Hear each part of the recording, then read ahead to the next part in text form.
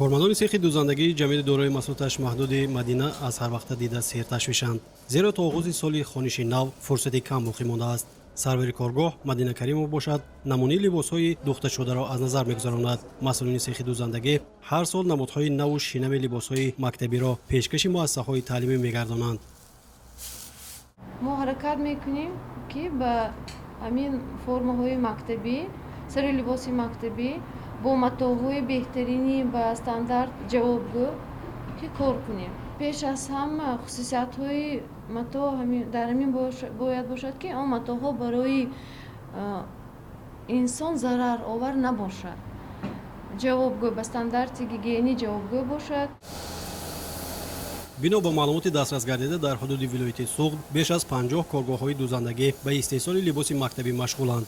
سال جاری باشد استحصال زیاد از 250,000 دانه لباس توصیوی در نظر است. متا برای استحصال لباس مکتبی باید به طلبات و معیارهای استانداردی جوابگوی باشد. بازارگیر بودن لباس مکتبی از صفت متا وابستگی کلان دارد.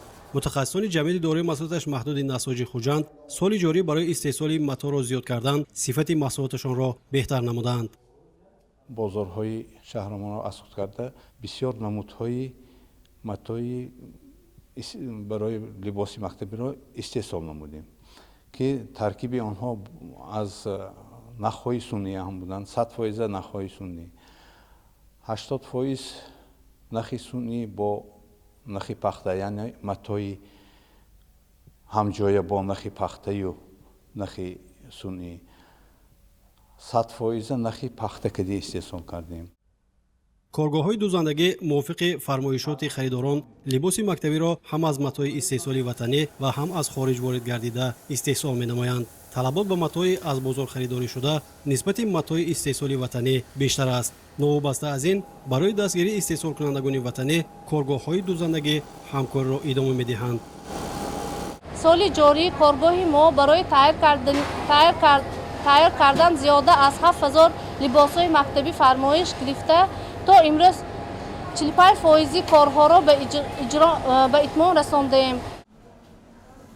محصولات هر یک کارگاه دوزندگی خریداران خود را دارد. برای بازارگیر شدن محصولات باشد راهبریت سیخ‌های دوزندگی استفاده تجهیزات زمانوی را خوب به راه ماندند. هر سال برای خوب به راه ماندن استحصالات تجهیزات‌های نو وارد می‌گردد. سال گذشته 10 عدد ماشین‌های دوزندگی کامپیوتری و این سال باشد یک ماشینه و زمانوی برای باغچی خریداری نمودیم. حالا باشد نزدیک به 50% فرمایش‌ها را اجرا نمودیم.